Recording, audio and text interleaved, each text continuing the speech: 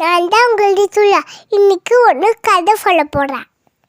ஒரு எலியும் பூனையும் ஃப்ரெண்டாக இருந்தாங்களாம். அவங்களுக்குள்ளார ஒரு ஒப்பந்தம் போட்டுக்கிட்டாங்களாம்.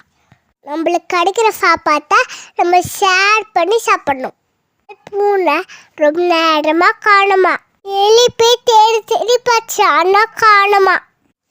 வீட்டுக்கு போய் அந்த குட்டி எலி கேட்சா, அம்மா அம்மா எங்கே பூனை மாமான்னு கேட்சா.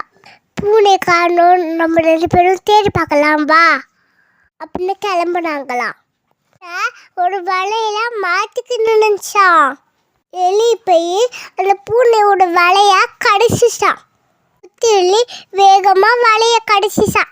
மொல்லமா கடின்னு அம்மா எலி கண்ணாலேயே ஜோர கடிச்சிச்சான். எனக்கு பசிக்குது, சீக்கிரமா வலைய கடிங்க பூனை சொல்லிச்சான். வட சத்தம் கேட்டுச்சான். எலி உடனே வேகமா வலைய கடிச்சு பிச்சிச்சான். பூனை தப்பிச்சு ஓடிச்சான். எலியும் எலி பொண்ணுக்குள்ள தூக்கிட்டு உள்ள போயிடுச்சான். பூனைக்கு பசுக்குள்ள ஏம்மா வளைய மெதுவா கடிச்சா அப்படின்னு எலிக்குட்டி எலிக்கிட்ட சொல்லிச்சு. பூனைக்கு ஆகாரம் யார்? நம்ம தானே. நீ தான் பூனைக்கிட்ட ஒப்பந்தம் போட்டல, எப்படி நம்மளை சாப்பிடும்? அதுக்கு எலி சொல்லிச்சான், ஒப்பந்தம் போட்டது நான் தான், நீ இல்லை. என்ன தோணுது உங்களுக்குன்னு கமெண்ட்